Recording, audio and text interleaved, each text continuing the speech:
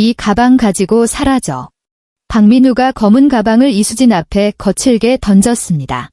대리석 바닥에 부딪히는 소리가 가정법원 로비 전체에 울려 퍼졌죠. 수진의 온몸이 굳어졌어요. 방금 전까지만 해도 조정실에서 서류에 도장만 찍던 남자가 이제는 낯선 사람이 되어 있었습니다. 아빠. 6살 서연이가 아빠를 향해 팔을 뻗었습니다. 아빠, 서연이 배고파요. 하지만 민우는 돌아보지 않았어요. 한때 따뜻했던 남편의 어깨가 유난히 좁아 보였습니다. 회색 정장을 입은 그의 뒷모습에서는 더 이상 온기를 찾을 수 없었죠. 여보. 수진이 떨리는 목소리로 불렀지만 그는 이미 등을 돌리고 있었습니다. 아빠, 왜 그래? 서연이의 천진한 목소리가 썰렁한 로비에 메아리 쳤어요. 민우의 발걸음이 잠깐 멈췄습니다. 어깨가 미세하게 떨리는 게 보였죠. 하지만 그는 곧 다시 걸어나가기 시작했어요. 자동문이 열리며 그의 모습이 완전히 사라졌습니다. 수진은 가슴이 텅 빈 것 같았어요. 6년의 결혼 생활이 이렇게 끝나는 건가요? 차가운 말 한마디와 함께 던져진 가방 하나로. 수진은 바닥에 놓인 검은 가방을 멍하니 바라봤습니다. 결혼 초기에 민우가 판교 IT 회사에 들고 다니던 그 가방이었어요. 가죽이 군데군데 해져 있고 손잡이 부분은 오래 사용해서 윤기가 없어져 있었죠. 주변 사람들의 시선이 따가웠습니다. 어린아이를 안고 홀로 서 있는 여자의 모습이 얼마나 처량해 보였을까요?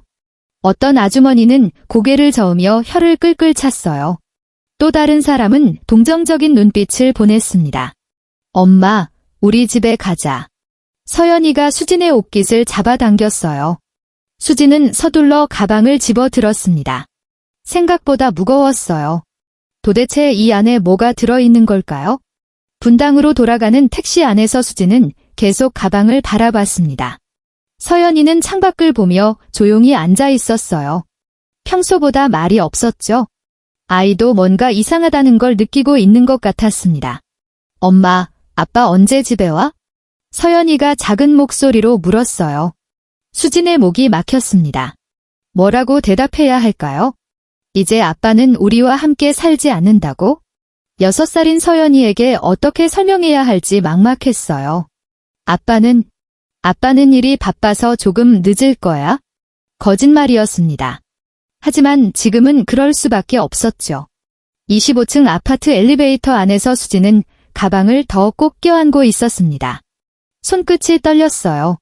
집에 가서 이 가방을 열어봐야 한다는 생각에 불안했습니다. 좋은 내용일 리는 없을 것 같았어요. 엘리베이터가 열리고 익숙한 복도가 나타났습니다. 하지만 오늘은 왠지 낯설게 느껴졌어요. 이제 정말 혼자 이 집에서 서연이를 키워야 한다는 현실이 무겁게 다가왔습니다. 엄마, 배고파. 서연이가 손을 잡아당겼어요. 그래, 밥 해줄게. 잠깐만 기다려. 수진은 열쇠를 꺼내며 대답했습니다.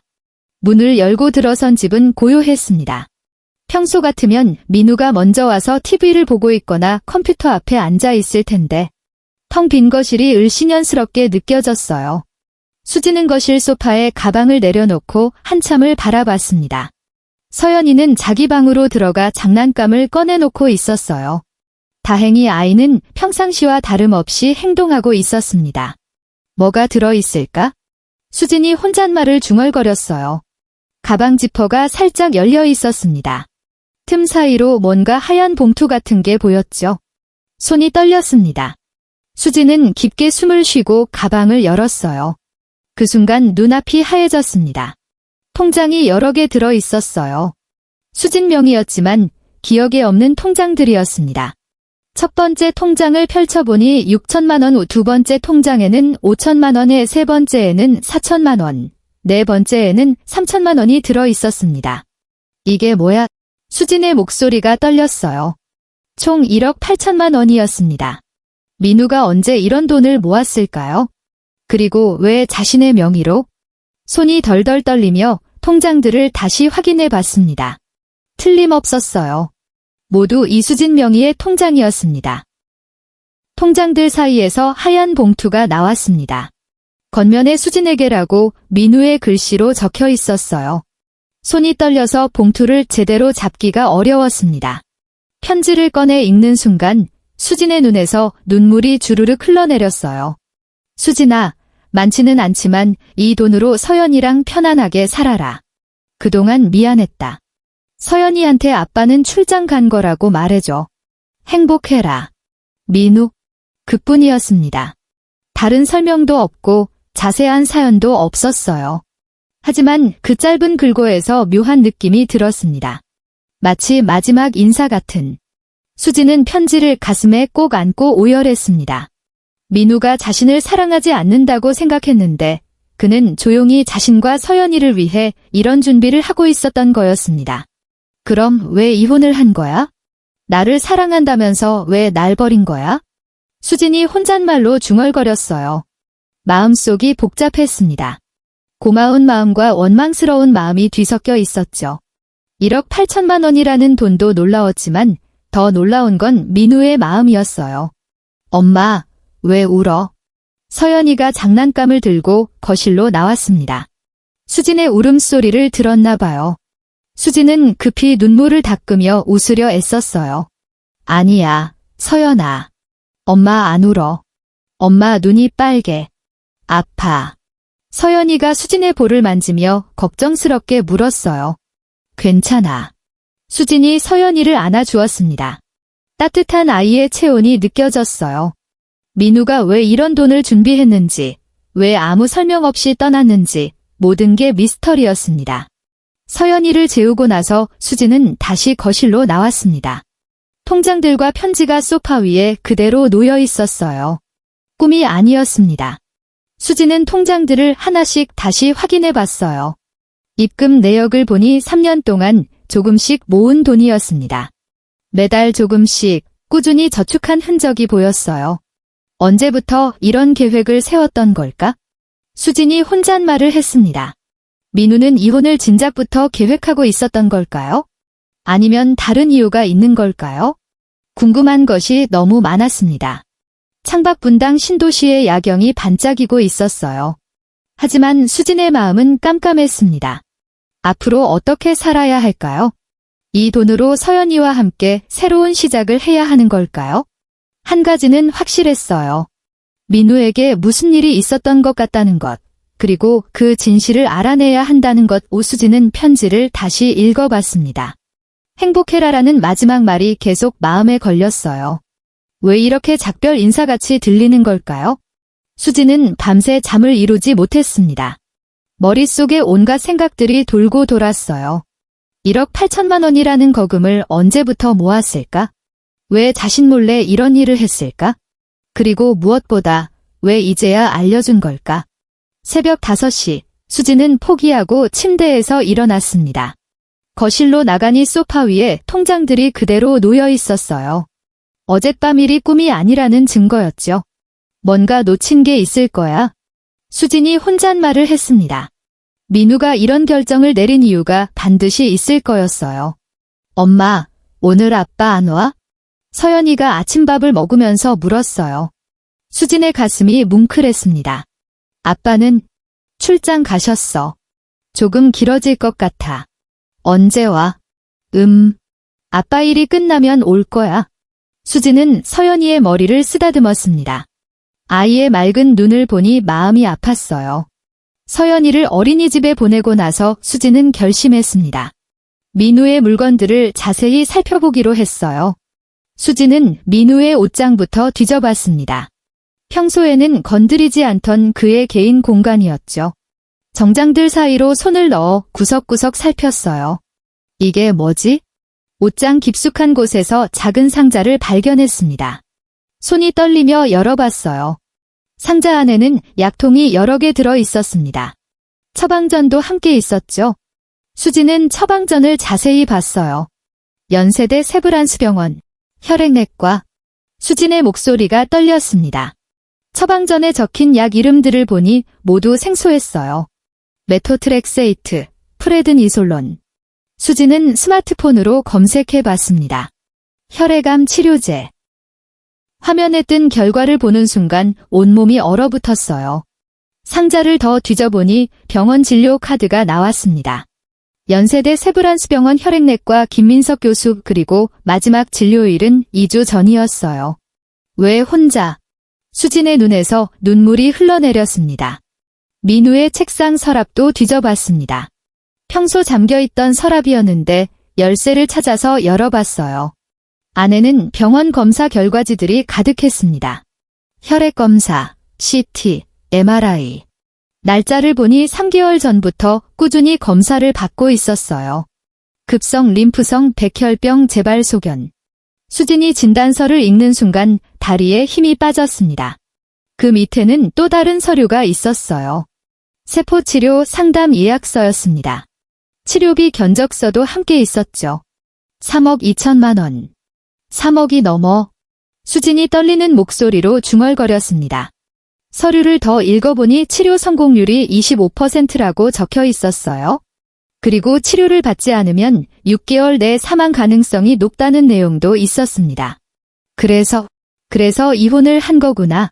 수진은 이제야 모든 걸 이해할 수 있었습니다. 민우가 왜 가족을 떠나보내려 했는지, 왜 1억 8천만 원을 준비했는지. 하지만 3억이 넘는 치료비 앞에서는 그 돈도 턱없이 부족했습니다. 수진은 발견한 서류들을 들고 민우 회사로 향했습니다. 판교 테크노밸리의 높은 빌딩들이 하늘을 찌를 듯 솟아 있었어요. 민우가 3년 동안 다녔던 IT 회사. 평소에는 몇 번밖에 와본 적이 없는 곳이었습니다. 1층 로비에서 접수 직원에게 말을 걸었어요. 안녕하세요. 개발팀 박민우 씨와 관련해서 문의가 있어서 왔는데요. 박민우 씨요. 잠깐만요. 직원이 확인해 주었습니다. 개발팀 김 과장이 내려왔습니다. 40대 중반에 다정해 보이는 남성이었어요. 혹시 민우 팀장 부인이세요? 안녕하세요. 개발팀 김 과장입니다. 수진은 들고 온 서류들을 보여주었습니다. 사실 집에서 이런 걸 발견했어요. 민우 씨가 많이 아픈 것 같은데 회사에서는 모르셨나요? 김 과장의 얼굴이 놀라움으로 가득했어요. 전혀 몰랐습니다. 민우 팀장이 이렇게 아픈 줄 팀원들도 하나둘씩 모여들었습니다. 모두 충격적이라는 표정이었어요. 민우 팀장님이 혈액암이었다고요? 20대 후반의 젊은 개발자가 놀라며 말했습니다. 그럼 최근에 자주 조퇴하고 지각한 이유가? 다른 동료가 무릎을 쳤어요. 김 과장이 고개를 끄덕였습니다. 그러고 보니 민우가 한 달 전에 갑자기 사표를 냈어요. 이유를 물어봐도 개인 사정이라고만 하더라고요. 사표를요? 수진이 놀랐습니다. 민우 팀장님이 정말 대단한 사람이었나 보네요. 젊은 개발자가 말했습니다. 이렇게 아픈데도 전혀 티를 안 냈거든요. 김 과장도 고개를 저었어요. 우리도 미안하네요. 더 세심하게 살펴봤어야 했는데 민우 팀장이 워낙 성실하고 조용한 성격이라 이상한 줄 몰랐습니다.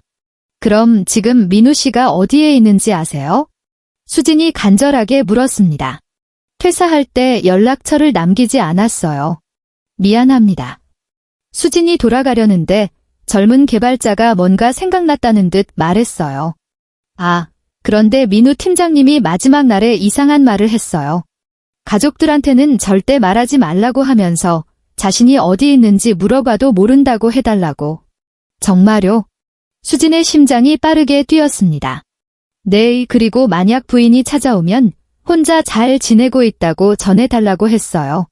수진은 민우의 마음을 조금이나마 이해할 수 있었습니다.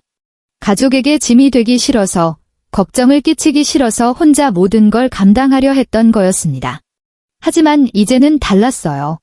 진실을 알았으니 더 이상 혼자 두면 안 되겠다고 생각했습니다.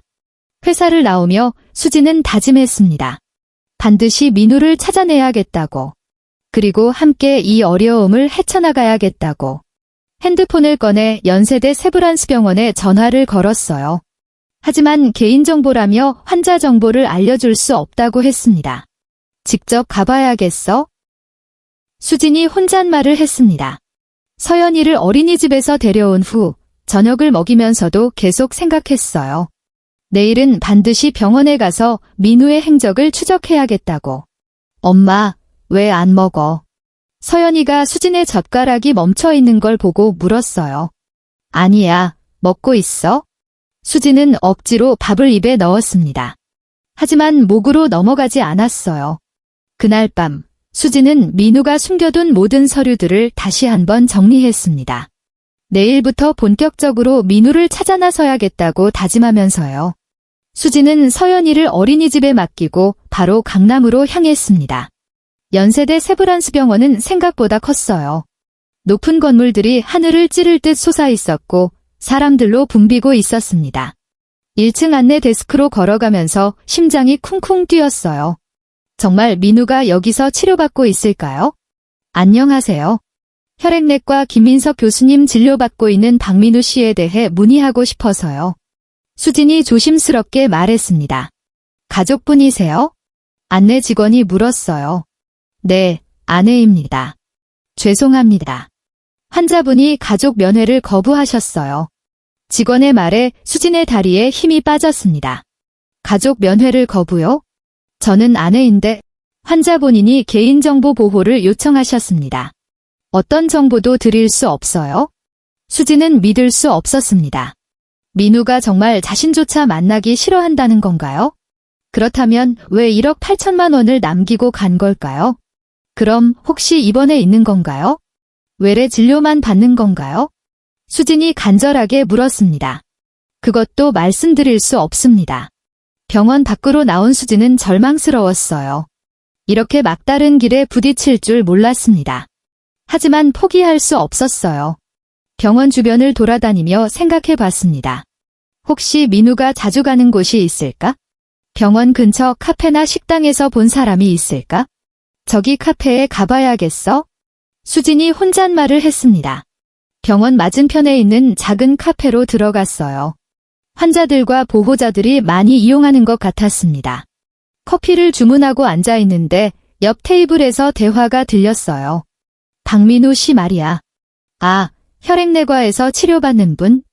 50대 남성이 말하고 있었습니다. 수진의 귀가 번쩍 뜨였어요. 조심스럽게 다가가서 말을 걸었습니다. 죄송한데요. 혹시 박민우 씨를 아세요? 아, 네, 저도 혈액내과 환자거든요.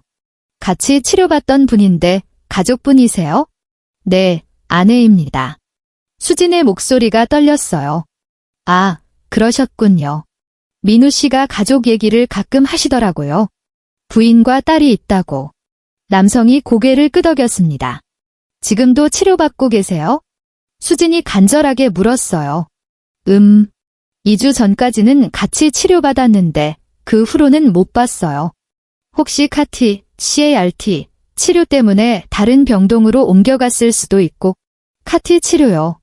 네, 민우 씨가 그 치료를 받으려고 상담받고 있었거든요. 돈이 엄청 많이 든다고 걱정하시더라고요. 3억이 넘는다고 하시더라고요. 그런데 가족들한테는 말 못하겠다고 짐이 될까 봐서. 남성이 안타까운 표정으로 말했습니다. 수진의 눈에서 눈물이 흘러내렸어요. 역시 민우는 가족에게 부담을 주기 싫어서 혼자 고민하고 있었던 거였습니다. 혹시 어디 계신지 아세요? 연락할 방법이 있을까요?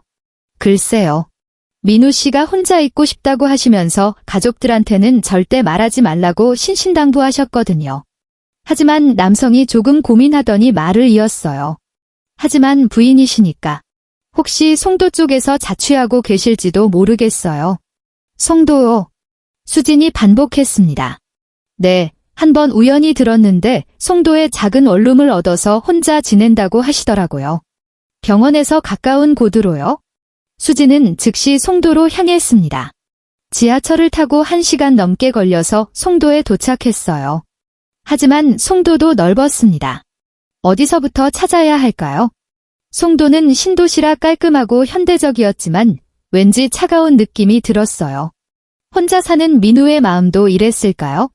부동산에 가서 물어보자. 수진이 생각했습니다. 첫 번째 부동산 중개소에 들어가서 물어봤어요. 혹시 3개월 전쯤에 박민우 씨라고 원룸 계약하신 분 계세요? 개인정보라 말씀드리기 어려운데요. 부동산 사장이 난색을 표했습니다. 저 아내예요. 남편이 연락이 안 돼서 걱정이에요. 수진이 신분증을 보여주며 간청했습니다. 세 번째 부동산에서 드디어 단서를 찾았어요. 아, 박민우 씨. 기억나요. 조용하고 예의 바른 분이셨는데. 여직원이 고개를 끄덕였습니다. 지금도 그 집에 계세요? 네, 아마 계실 거예요. 101동 1205호예요. 그런데 요즘 많이 야위신 것 같더라고요. 건강이 안 좋으신가 봐요. 수진의 심장이 빠르게 뛰었습니다. 드디어 민우를 찾을 수 있겠어요. 101동 앞에 선 수진은 한참을 올려다봤습니다. 12층 1205호. 저 위에 민우가 있을까요? 엘리베이터를 타고 올라가면서 손이 떨렸어요. 민우를 만나면 뭐라고 말해야 할까요? 왜 혼자 이런 걸 감당하려 했냐고 화를 내야 할까요? 아니면 그냥 안아줘야 할까요? 초인종을 누르는 순간 가슴이 터질 것 같았습니다. 문이 열렸습니다. 민우가 나타났어요. 하지만 수진이 기억하는 민우와는 너무 달랐습니다. 많이 야위어 있었고 얼굴도 창백했어요. 수진아, 어떻게 여기를... 민우의 목소리도 힘이 없었습니다. 여보, 수진의 눈에서 눈물이 터져 나왔어요. 민우는 잠깐 놀란 표정을 지었다가 곧 표정이 차가워졌습니다. 들어와. 원룸은 정말 작았어요. 냉장고, 침대, 작은 책상이 전부였습니다. 민우가 혼자 이런 곳에서 지내고 있었다니. 왜 왔어? 민우가 등을 돌린 채 물었습니다. 왜 왔냐고.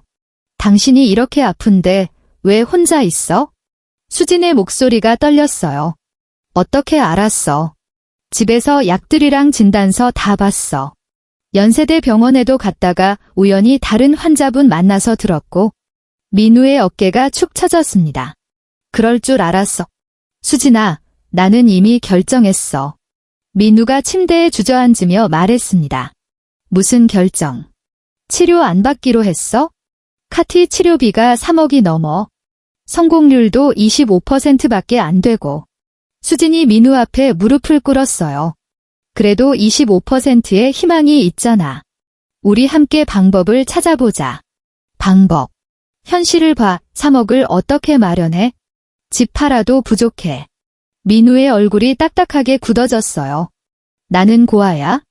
지금까지 누구한테도 손 벌린 적 없어. 이럴 때 가족이 있는 거 아니야? 가족. 민우가 차가운 웃음을 지었습니다. 수진아, 내가 죽으면 1억 8천만 원으로 서연이 교육비하고 당분간 생활비는 될 거야. 그게 내가 가족을 위해 할 수 있는 마지막 일이야. 하지만 치료받으면 살 수 있잖아. 수진의 목소리가 갈라졌어요. 25% 확률에 3억을 걸 수는 없어? 실패하면 우리 가족 다 망하는 거야? 서연이가 평생 빚더미에서 살아야 해. 민우가 창밖을 바라봤습니다. 나는 이미 각오했어? 6개월, 길어야 1년. 그 시간 동안 가족들이 좋은 기억만 가지고 살았으면 좋겠어. 그런 기억이 어디 있어? 아빠가 갑자기 사라진 기억밖에 없을 거야? 민우가 수진을 바라봤습니다. 그 눈에는 단호함이 가득했어요. 수진아, 내 결정이야. 제발 존중해줘. 여보, 다시는 찾아오지 마. 그리고 서연이한테는 아빠가 출장 갔다고 해. 나중에는 사고로 죽었다고 하든지. 수진이 민우의 손을 잡으려 했지만 민우는 피했습니다. 가줘. 이게 우리 모두를 위한 일이야? 정말 이렇게 끝낼 거야? 수진의 눈에서 눈물이 쏟아졌어요. 이미 끝났어. 이혼도 했잖아. 민우가 돌아서서 창문을 바라봤습니다. 제발 가줘. 더 힘들어지기 전에. 수진은 한참을 서 있다가 천천히 일어났습니다. 나는 포기 안 해. 절대 포기 안 해. 수진아, 당신이 포기해도 나는 끝까지 방법을 찾을 거야. 우리는 가족이니까. 수진은 문을 열고 나갔습니다. 뒤에서 민우의 흐느끼는 소리가 들렸지만 돌아보지 않았어요. 엘리베이터 안에서 수진은 주먹을 꽉 쥐었습니다. 포기하지 않을 거야? 반드시 방법을 찾을 거야. 송도를 떠나며 수진은 새로운 결심을 품었습니다. 민우가 거부해도 상관없어요. 3억 원을 마련해서 치료를 받게 할 거였습니다. 지하철 안에서 수진은 계획을 세우기 시작했어요. 집을 팔고 부모님께 도움을 받고 모든 방법을 동원해서라도 민우를 살려내겠다고 다짐했습니다. 서연이 아빠를 잃을 수는 없어. 수진이 혼잣말을 했습니다. 절대로. 창밖으로 보이는 도시의 불빛들이 희망처럼 반짝이고 있었습니다. 어려운 길이 기다리고 있지만 수진은 포기하지 않을 거였어요. 수진은 송도에서 분당까지 오는 동안 계속 울었습니다. 지하철 안에서도 버스 안에서도 눈물이 멈추지 않았어요. 민우의 차가운 표정이 계속 머릿속에 맴돌았습니다. 집에 도착했을 때는 이미 저녁 시간이었어요. 서연이를 어린이집에서 데려와야 했는데 이런 모습을 보여줄 수는 없었습니다.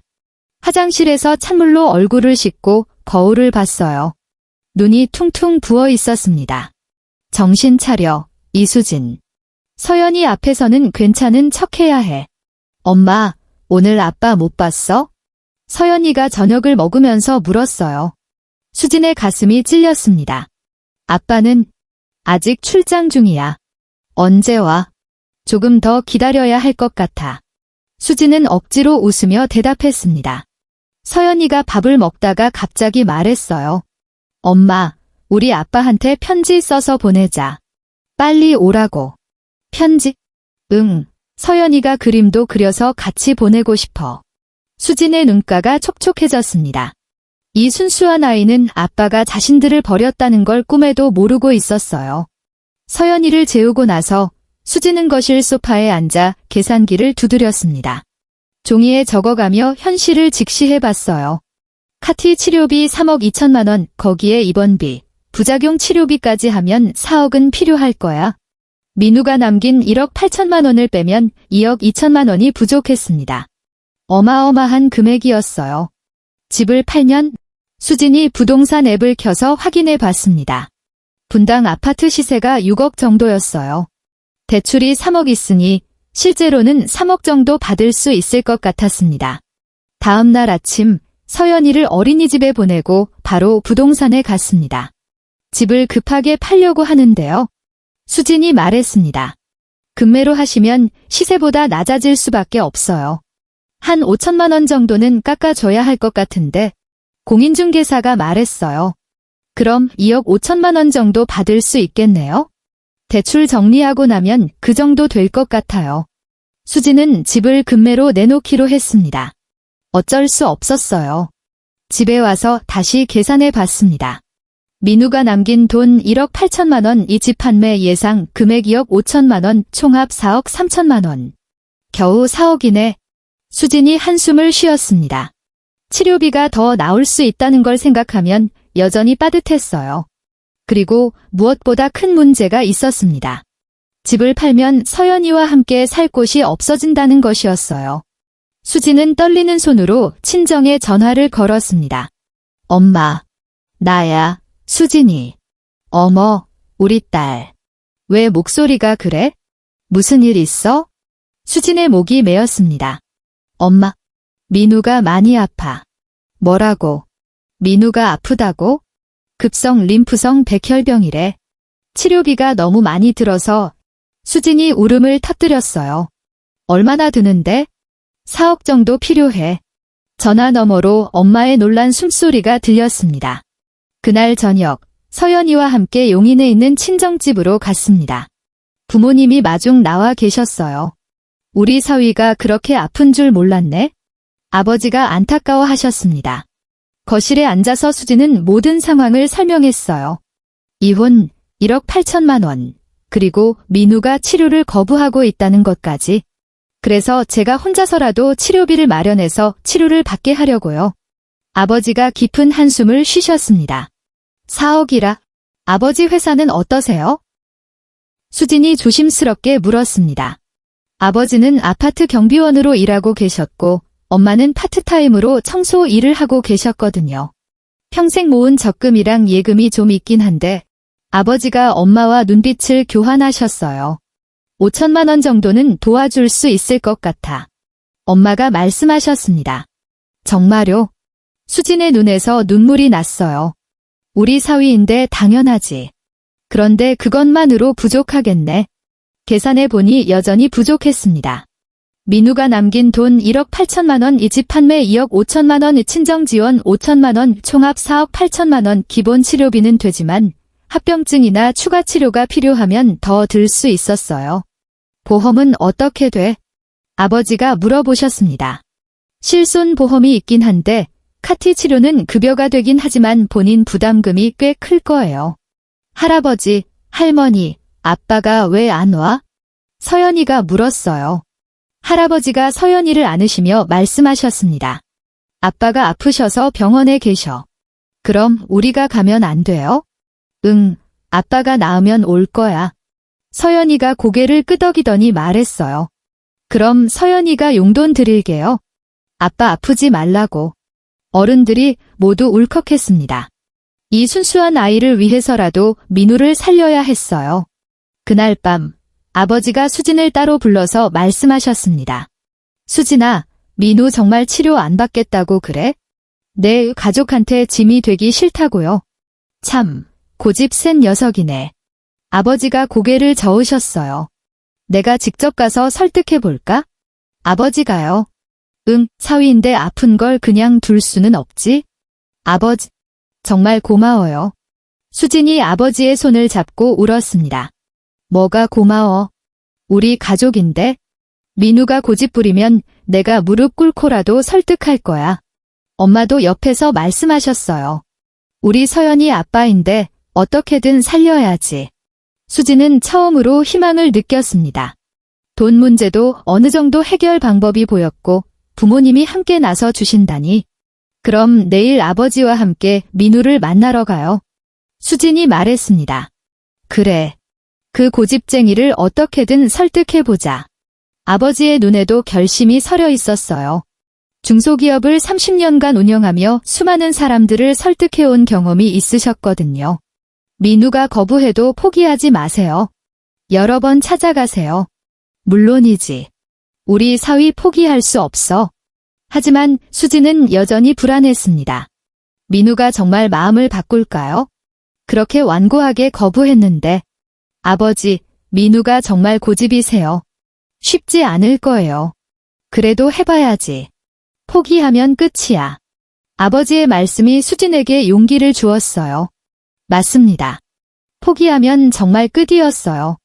그날 밤 수진은 오랜만에 조금이나마 편안하게 잠들 수 있었습니다.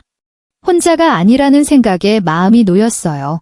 내일은 아버지와 함께 민우를 설득하러 가야겠습니다. 그리고 반드시 마음을 바꾸게 할 거였어요. 새벽에 잠깐 깨어난 수진은 창밖을 봤습니다. 별들이 반짝이고 있었어요. 여보, 조금만 더 버텨. 우리가 구하러 갈게. 수진은 주먹을 꽉 쥐었습니다. 이제 혼자가 아니었어요.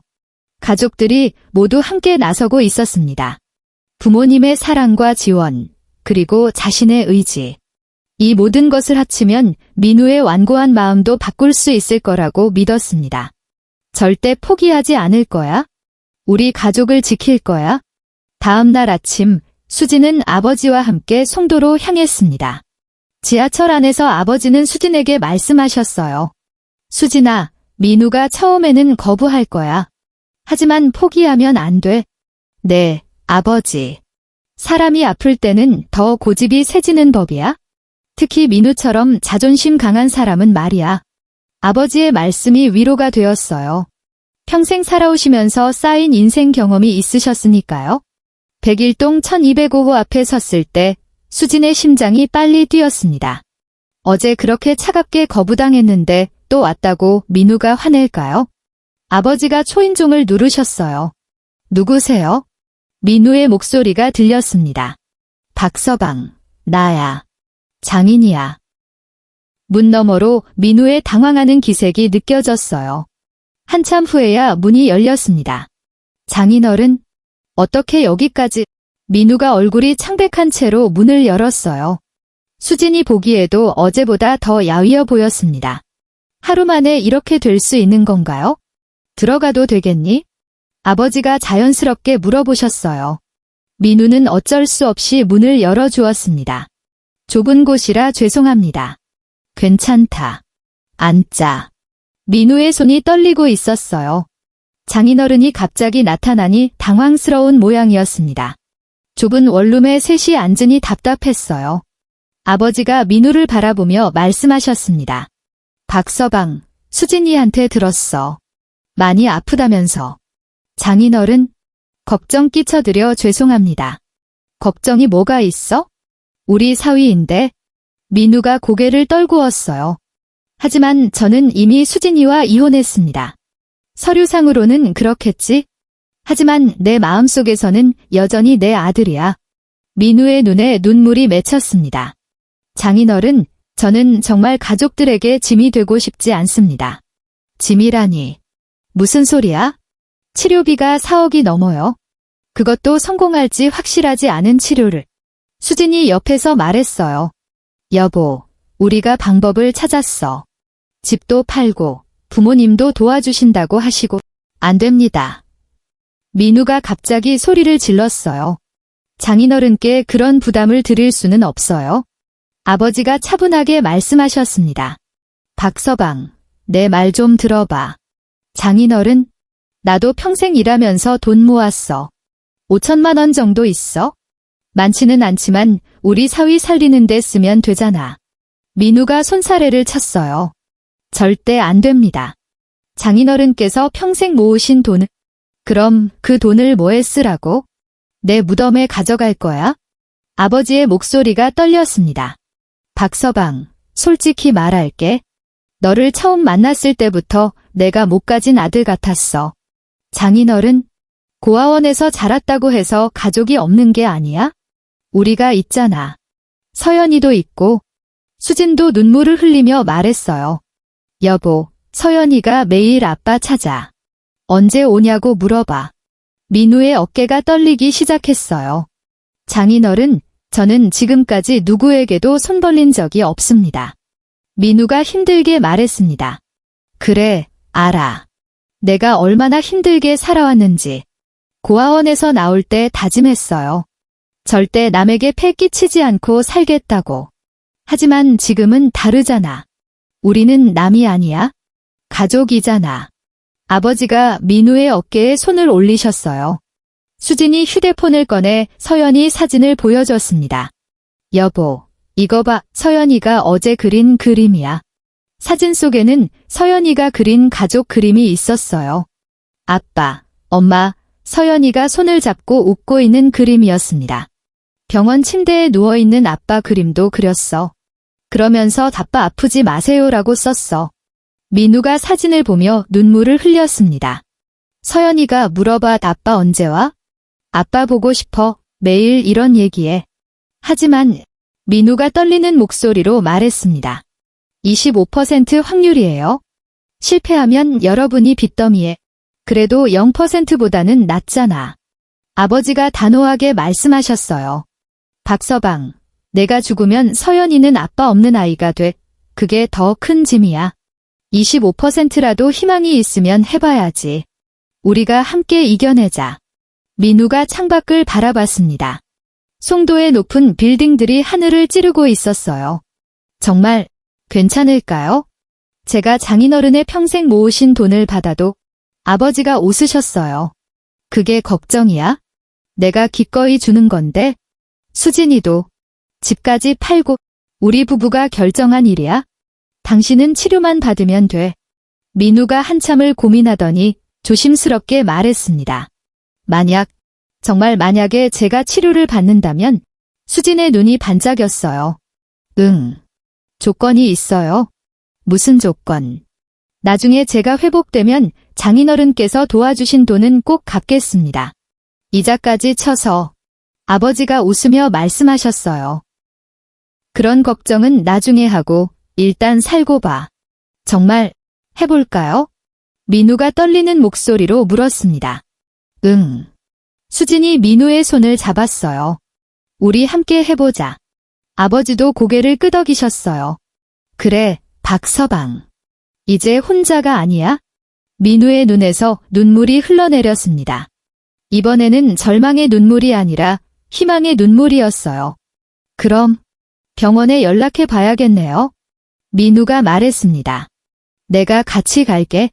수진이 말했어요. 나도 갈 거야. 아버지가 덧붙이셨어요. 우리 사위 치료받는 거 직접 보고 싶어. 민우가 처음으로 작은 미소를 지었습니다. 감사합니다. 정말 감사합니다. 송도 아파트를 나오며 수지는 가슴이 벅찼습니다. 드디어 민우가 마음을 열었어요. 아버지, 정말 고마워요. 수진이 아버지의 팔짱을 꼈습니다.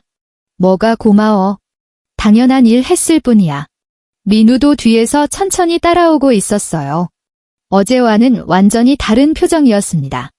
지하철 안에서 수지는 휴대폰으로 연세대 세브란스병원에 전화를 걸었어요. 내일 당장 상담 예약을 잡아야 했습니다. 이제 진짜 시작이었어요. 4억 원이라는 거금을 마련하고 25%의 희망에 모든 걸 걸어야 하는 험난한 여정이 기다리고 있었습니다. 하지만 더 이상 혼자가 아니었어요. 가족이 함께였으니까요. 이틀 후 수진과 민우 그리고 수진 아버지는 함께 연세대 세브란스병원을 찾았습니다. 혈액내과 김민석 교수의 상담실은 생각보다 작았어요. 하지만 벽에 걸린 각종 의학 증서들이 권위를 느끼게 했습니다. 박민우 씨, 오랜만이네요. 그동안 연락이 안 돼서 걱정했어요. 김 교수가 민우를 반겼습니다. 죄송합니다. 가족들과 상의가 필요했어서요. 김 교수가 수진과 아버지를 바라봤어요. 가족분들이시군요. 잘 오셨습니다. 수진의 심장이 빨리 뛰었습니다. 드디어 의학적으로 정확한 설명을 들을 수 있겠어요. 일단 민우 씨 상태부터 설명드리겠습니다. 김 교수가 차트를 펼쳤어요. 급성 림프성 백혈병이 재발한 상태입니다. 기존 항암 치료와 조혈모세포 이식 모두 실패했죠. 수진의 얼굴이 창백해졌습니다. 생각보다 심각한 상태였어요. 마지막 희망이 카티세포 치료입니다. 하지만요. 아버지가 조심스럽게 물어보셨어요. 성공률이 25% 정도밖에 안 됩니다. 그리고 치료 과정에서 심각한 부작용이 발생할 수 있어요. 김 교수가 컴퓨터 화면을 돌려서 보여주었습니다. 사이토카인 분비 증후군이라고 해서 고열과 혈압 저하가 올 수 있어요. 화면에는 복잡한 의학 용어들이 가득했습니다. 심한 경우 중환자실 치료가 필요할 수 있고 신경독성으로 의식을 잃을 수도 있습니다. 수진이 민우의 손을 꼭 잡았어요. 손이 차갑게 식어 있었습니다. 그리고 김 교수가 망설이더니 말을 이었어요. 종양용의 증후군으로 심장에 문제가 생길 수도 있어요. 치료비는 어느 정도 들까요? 아버지가 현실적인 질문을 하셨어요. 기본적으로 카티세포 치료비가 3억 2천만 원입니다. 김 교수가 계산기를 두드렸어요. 여기에 입원비, 전처치 항암 치료비, 각종 검사비를 합치면 대략 3억 8천만 원 정도 될 것 같아요. 수진의 얼굴이 하얘졌습니다. 예상보다 6천만 원이나 더 많았어요. 만약 합병증이 생기면 더 늘어날 수 있습니다. 합병증 치료비는 얼마나 될까요? 수진이 떨리는 목소리로 물었습니다. 중환자실 치료가 필요하면 하루에 150만 원씩 들어요. 보통 1~2주 정도? 김 교수가 조심스럽게 말했습니다. 그러면 추가로 2천만 원 정도 더 필요할 수 있어요. 아버지의 얼굴도 어두워졌습니다.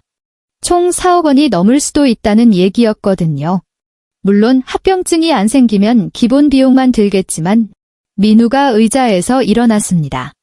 잠깐 화장실 좀 다녀올게요. 김 교수가 고개를 끄덕였어요. 복도 끝에 있어요. 민우가 나간 후 수진은 불안했습니다. 혹시 도망가는 건 아닐까요?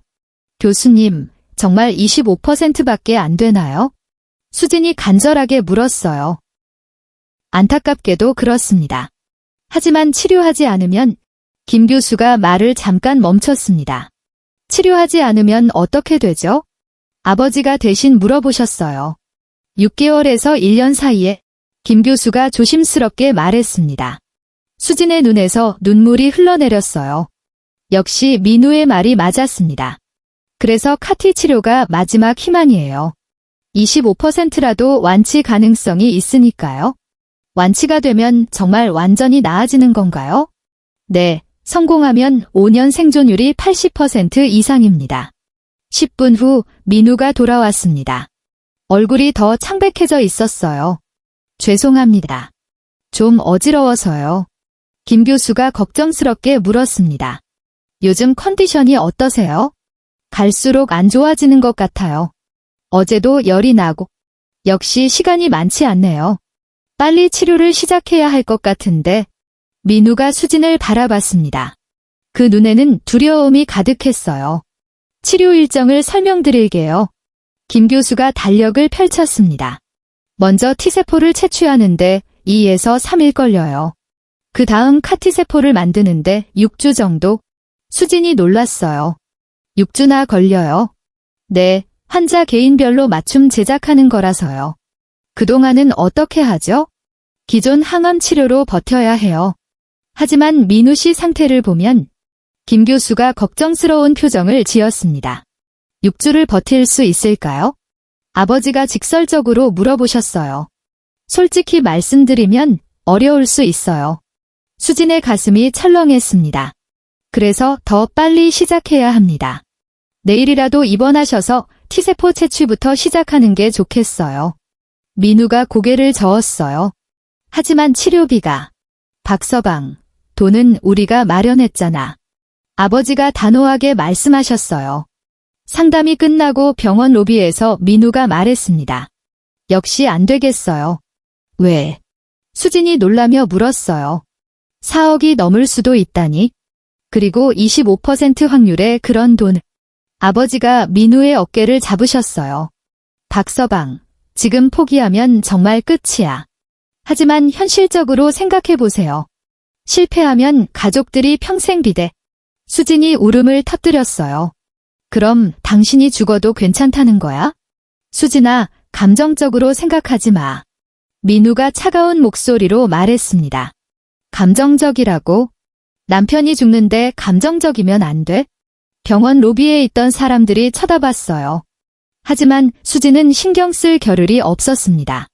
4억의 25% 확률이야? 수학적으로 계산해봐도 손해야. 당신 목숨을 수학으로 계산한다고? 아버지가 둘 사이를 말렸어요. 여기서 그만해. 사람들이 다 봐. 택시 안에서 세 사람 모두 말이 없었습니다. 무거운 침묵이 흘렀어요. 수진은 창밖을 보며 눈물을 흘렸습니다. 이렇게 가까이 와서 다시 포기할 수는 없었어요. 아버지도 한숨만 쉬고 계셨습니다. 5천만 원을 준비해 놨는데 그것도 부족하다니. 민우는 고개를 떨구고 있었어요. 마음 한편으로는 살고 싶었지만 현실이 너무 버거웠습니다. 집 앞에 도착했을 때 민우가 말했습니다. 저는 송도로 돌아가겠습니다. 여보. 수진이 붙잡았어요. 수진아, 미안해. 정말 미안해. 아버지가 나서셨어요. 박서방, 성급하게 결정하지 마. 하루만 더 생각해봐. 이미 충분히 생각했어요. 가족들을 힘들게 할 수는 없어요. 민우가 택시에 다시 타려고 했어요. 여보, 제발.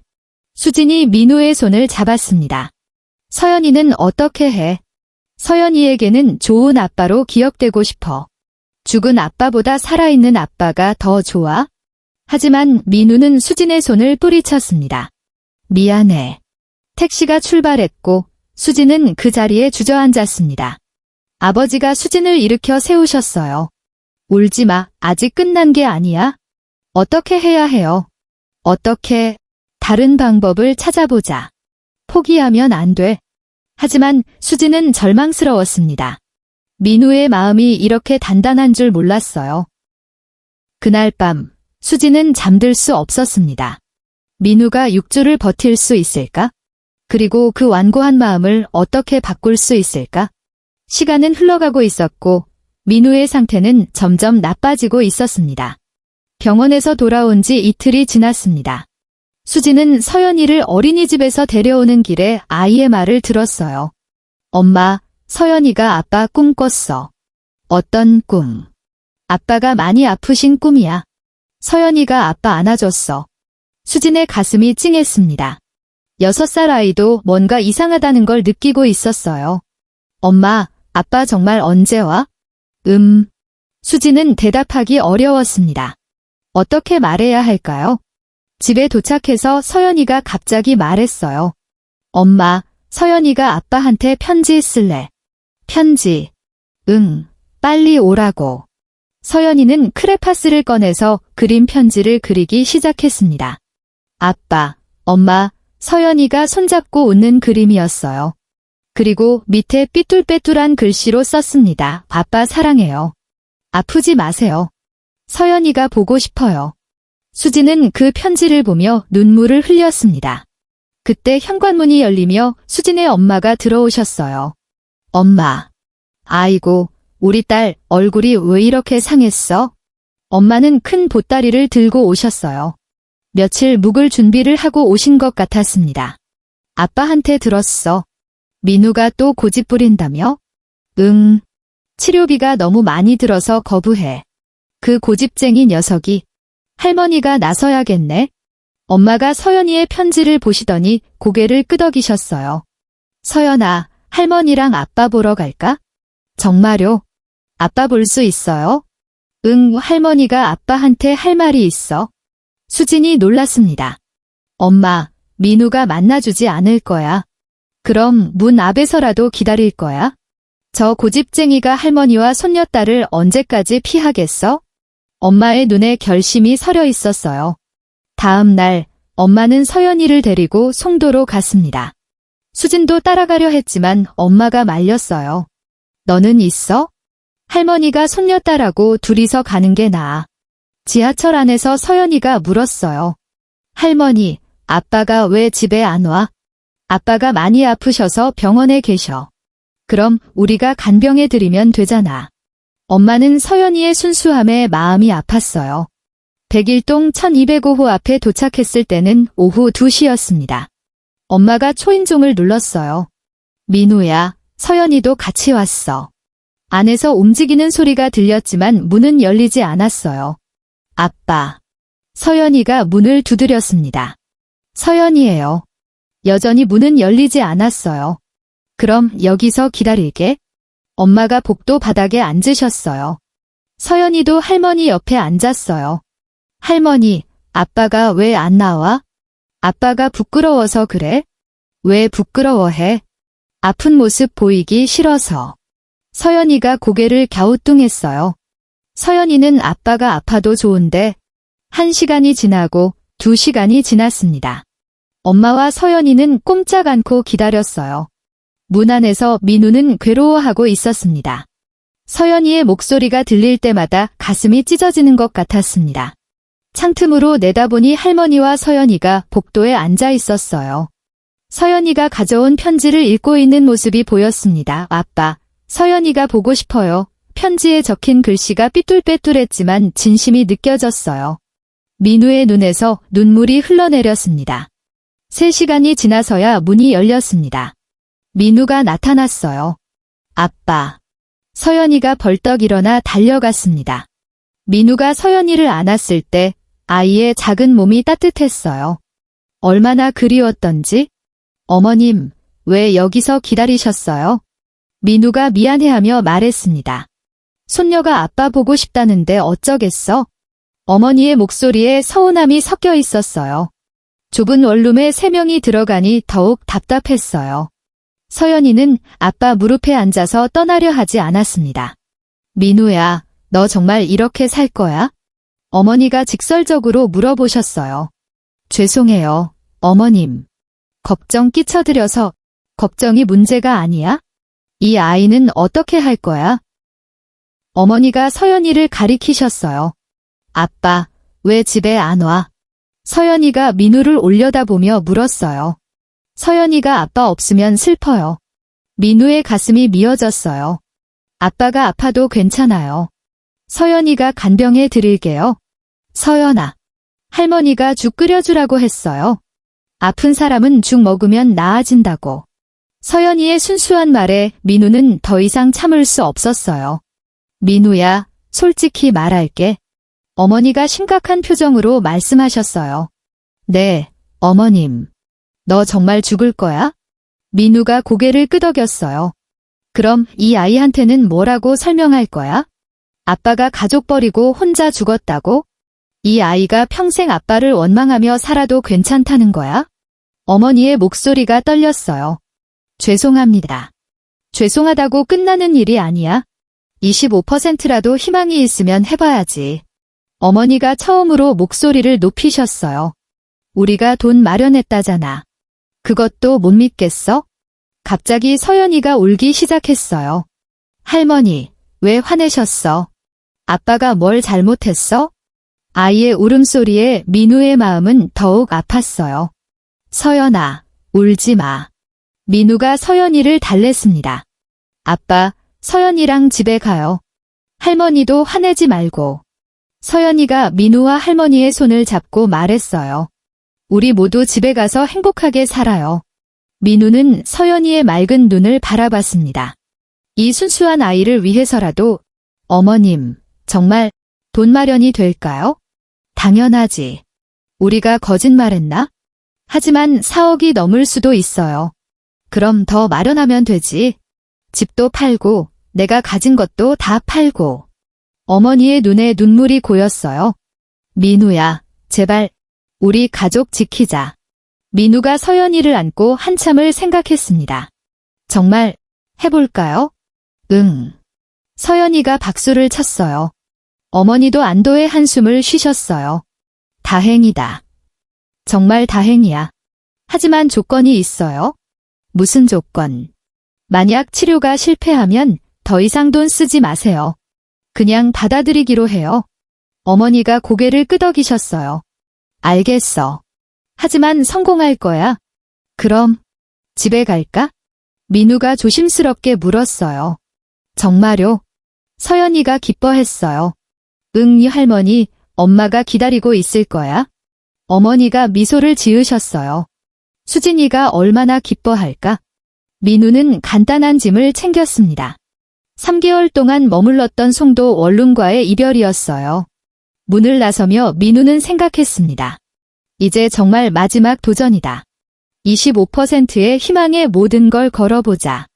서연이가 민우의 손을 꼭 잡고 있었어요. 아빠, 이제 도망가면 안 돼요. 안 갈게. 아빠가 약속할게. 지하철역으로 향하는 길, 세 사람의 발걸음은 가벼웠습니다. 어려운 시간이 기다리고 있지만 더 이상 혼자가 아니었어요. 지하철에서 내려 분당 아파트로 향하는 길, 민우는 3개월 만에 집에 가는 거였습니다.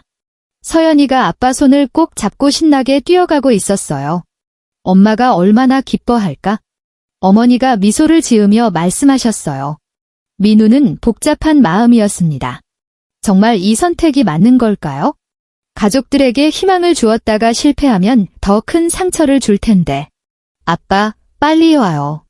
서연이가 앞에서 손짓했어요. 민우는 작은 미소를 지으며 발걸음을 빨리 했습니다. 집 문이 열리자 수진이 나타났어요. 민우를 보는 순간 눈이 커졌습니다. 여보, 수진아. 민우의 목소리가 떨렸어요.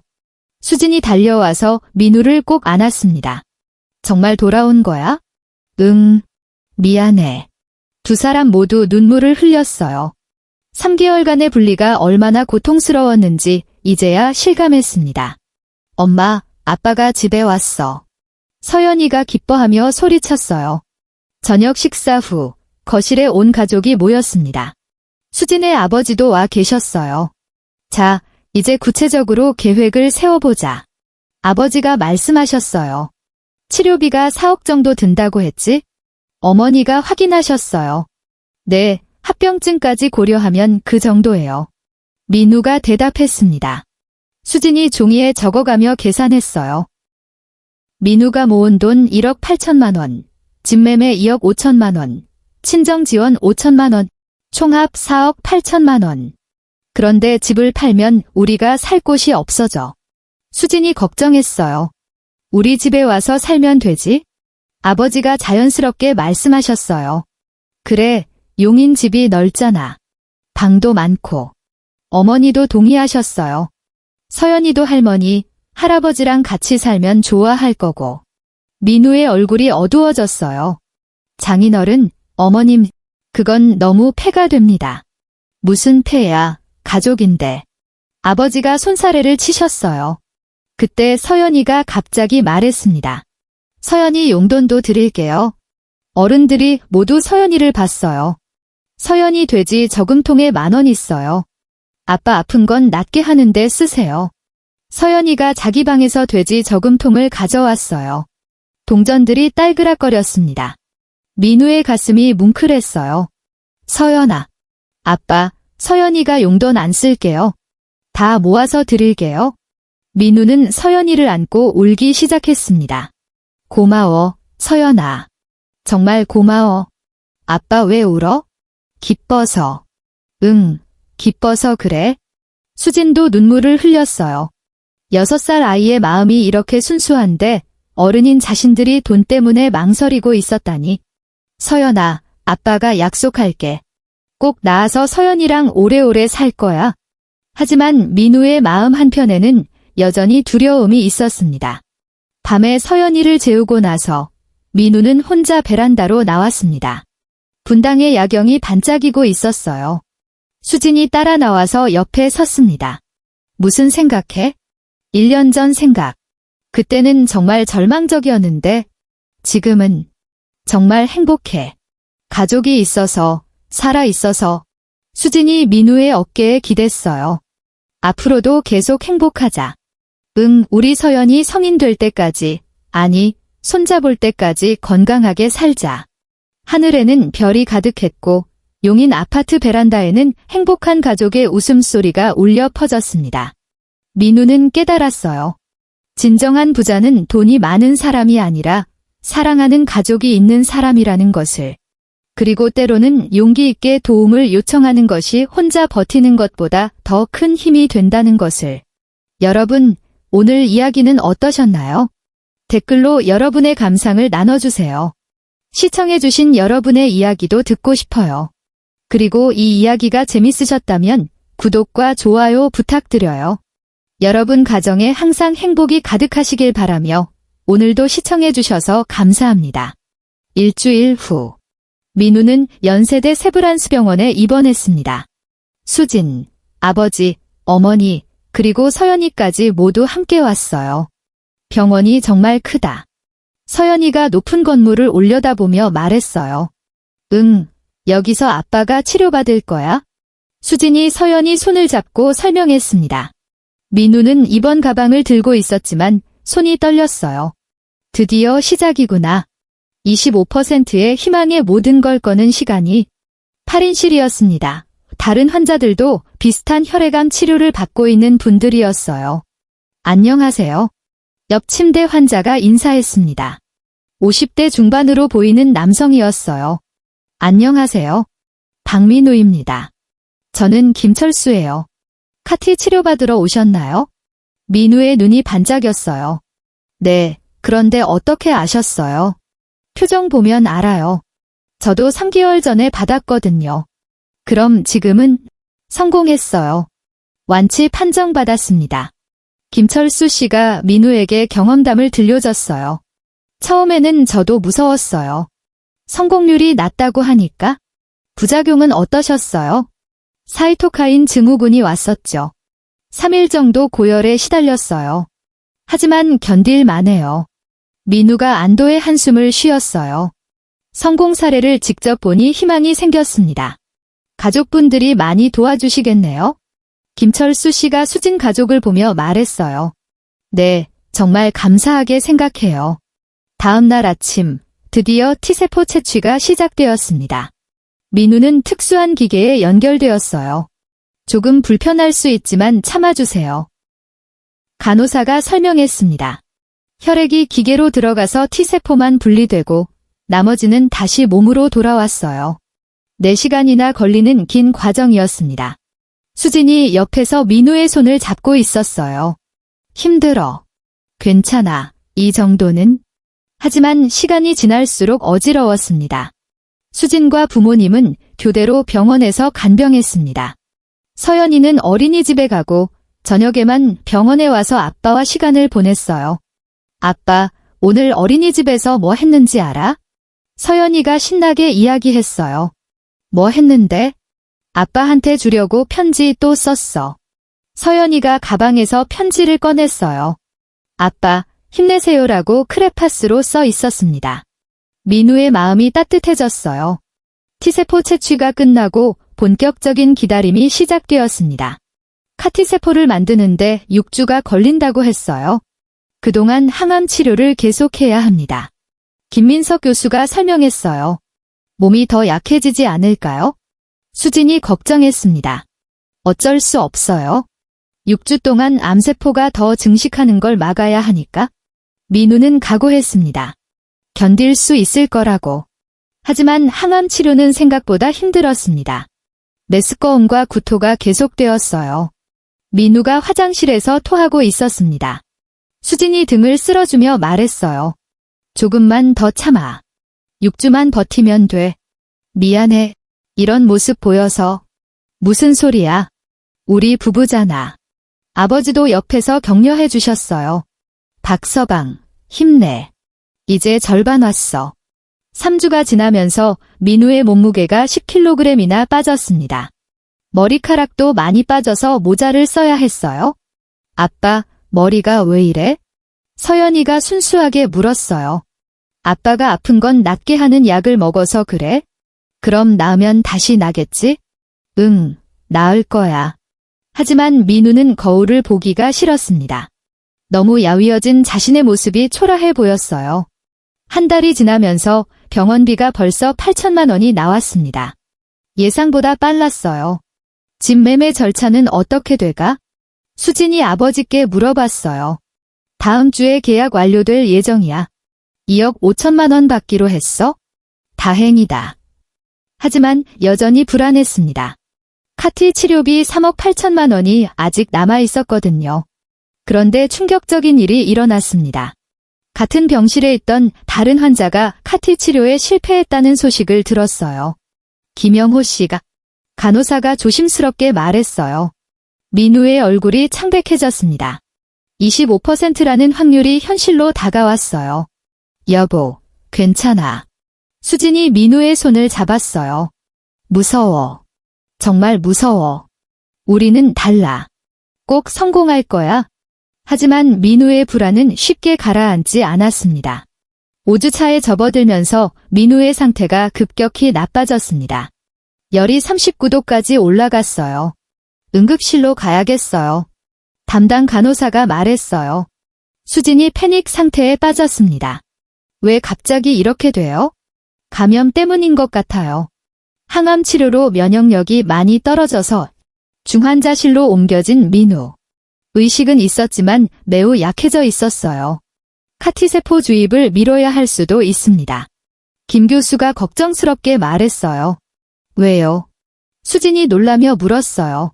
지금 상태로는 치료를 견딜 수 없어요. 아버지가 의사에게 간절하게 물어보셨습니다. 그럼 어떻게 해야 하죠? 일단 감염부터 치료하고 봐야겠어요. 중환자실 비용만 하루에 150만 원씩 들어갔습니다. 중환자실 밖에서 가족들은 기도했습니다. 제발, 제발 괜찮아져라. 수진이 눈물을 흘리며 중얼거렸어요. 어머니도 손을 모으고 기도하셨어요. 우리 사위, 꼭 살려주세요. 서연이도 작은 손을 모으고 말했어요. 아빠, 빨리 나와서 서연이랑 놀아요. 밤새도록 가족들은 병원에서 기다렸습니다. 3일 후, 민우의 열이 떨어지기 시작했어요. 다행히 감염이 조절되고 있어요. 의사가 안도하며 말했어요. 그럼 카티 치료를 받을 수 있나요? 수진이 간절하게 물었어요. 일주일 더 지켜본 후 결정하겠어요. 민우가 의식을 되찾고 가족들을 봤을 때 모두 눈물을 흘렸어요. 여보, 정말 무서웠어. 수진이 민우의 손을 꼭 잡았어요. 미안해. 걱정 끼쳐서. 일주일 후, 드디어 카티세포 제조가 완료되었다는 연락이 왔습니다. 내일 주입할 수 있습니다. 김 교수가 말했어요. 민우의 가슴이 두근거렸습니다. 드디어 운명의 날이 온 거였어요. 성공률이 25%라고 하셨죠? 민우가 다시 한번 확인했어요. 네, 하지만 성공하면 완치입니다. 알겠습니다. 해보겠습니다. 치료 전날 밤, 온 가족이 민우 병실에 모였습니다. 아빠, 내일 정말 나을 거예요. 서연이가 물었어요. 응, 아빠가 최선을 다할게. 수진이 민우의 손을 잡고 말했어요. 우리 함께 이겨내. 아버지가 말씀하셨어요. 박서방, 우리가 다 믿고 있어. 어머니는 민우를 위해 준비한 죽을 먹여주셨어요. 많이 먹어야 힘이 나지? 그날 밤, 민우는 오랜만에 평온하게 잠들 수 있었습니다. 내일이 두렵기도 했지만 가족이 함께라는 사실이 큰 위로가 되었어요. 창밖으로 별이 반짝이고 있었습니다. 마치 희망의 별처럼. 카티세포 주입 당일 아침, 민우는 일찍 깨어났습니다. 창밖으로 봄볕이 따스하게 들어오고 있었어요. 오늘이구나. 민우가 혼잣말을 했습니다. 수진이 옆에서 잠을 자다가 깨어났어요. 벌써 일어났어. 잠이 안 와. 긴장돼. 응, 조금. 하지만 민우의 마음은 예전과 달랐습니다. 두려움보다는 희망이 더 컸어요. 가족들이 함께 있으니까요. 아침 일찍부터 온 가족이 병원에 모였습니다. 서연이는 어린이집을 쉬고 아빠의 특별한 날에 함께 했어요. 아빠, 서연이가 또 편지 썼어. 서연이가 새로운 편지를 내밀었어요. 이번에는 무지개 그림과 함께 아빠 파이팅! 이라고 써 있었습니다. 고마워, 서연아. 아빠가 힘낼게. 아버지도 민우의 어깨를 두드리셨어요. 박서방, 우리가 다 믿고 있어. 어머니는 민우 손에 작은 부적을 쥐어주셨어요. 절에서 받아온 거야? 몸에 지니고 있어? 오전 10시, 드디어 치료실로 이동했습니다. 특수한 격리 병실이었어요. 가족분들은 여기서 기다려주세요. 간호사가 말했어요. 수진이 민우의 손을 꼭 잡았습니다. 여보, 꼭 이겨내. 응, 우리 서연이 아빠가 될게. 민우가 치료실로 들어가기 전 마지막으로 가족들을 바라봤어요. 모두 걱정스럽지만 희망에 찬 표정으로 응원하고 있었습니다. 김민석 교수가 직접 카티세포를 주입했습니다. 이제 시작이에요. 주입 자체는 30분 정도 걸려요. 투명한 주사기 안에 있는 액체가 민우의 혈관으로 들어갔어요. 보기에는 평범한 수액 같았지만 이 안에 민우의 생명이 걸려 있었습니다. 특별한 느낌은 없어요. 김 교수가 물었어요. 아니요, 그냥 평범한 수액 같은데. 맞아요. 하지만 이 세포들이 이제 암세포를 찾아서 공격할 거예요. 30분 후 주입이 완료되었습니다. 이제 끝났어요. 수고하셨어요. 김 교수가 미소를 지었어요. 이제 어떻게 되는 거죠? 72시간이 중요해요. 그 시간 동안 카티세포들이 활성화되면서 부작용이 나타날 수 있어요. 민우가 고개를 끄덕였어요. 견딜 수 있을 것 같아요. 좋은 마음가짐이에요. 가족들도 들어오시라고 하세요.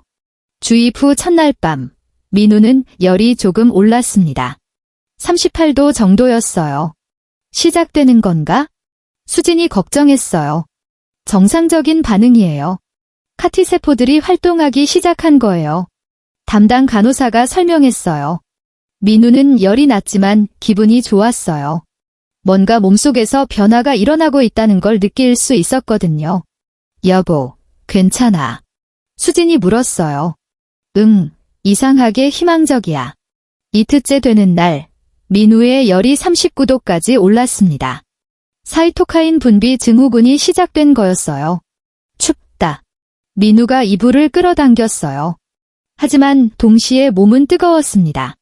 모순적인 느낌이었어요. 의사 선생님을 불러야겠어.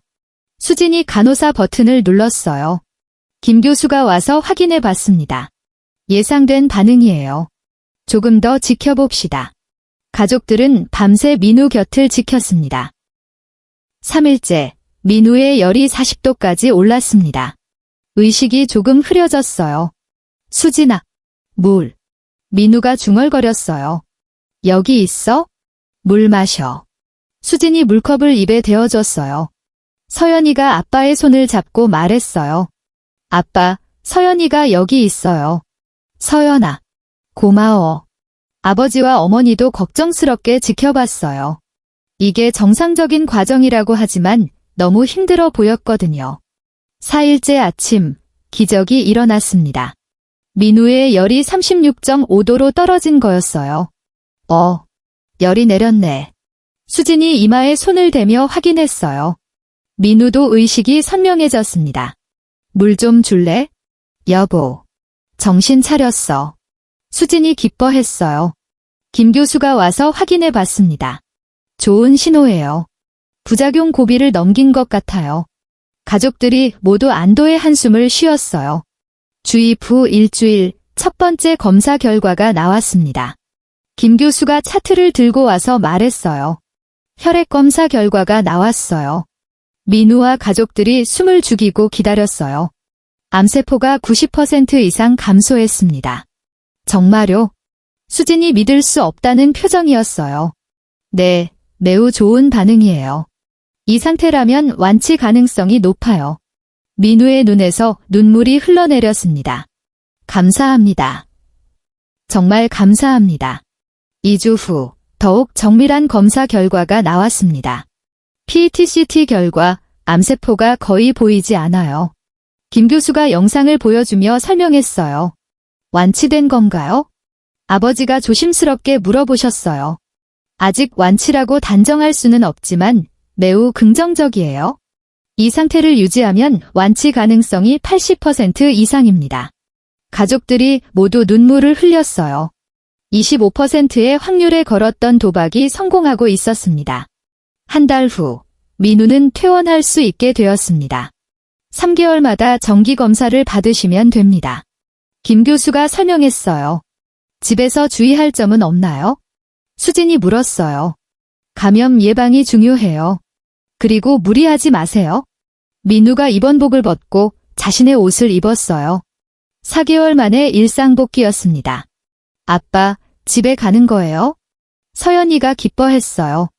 응, 우리 집에 가자. 수진 가족은 약속대로 용인 부모님 아파트에서 새로운 시작을 했습니다. 분당 아파트는 팔아서 치료비로 사용했었거든요. 여기가 우리 집이야. 수진이 서연이에게 말했어요. 서연이는 할아버지, 할머니와 같이 사는 걸 좋아했어요. 할아버지, 할머니랑 같이 살 수 있어서 좋아. 민우도 베란다에서 바깥 풍경을 바라봤어요. 정말 좋네. 아버지가 옆에 오셨어요. 박서방, 이제 마음 놓여? 네, 장인어른.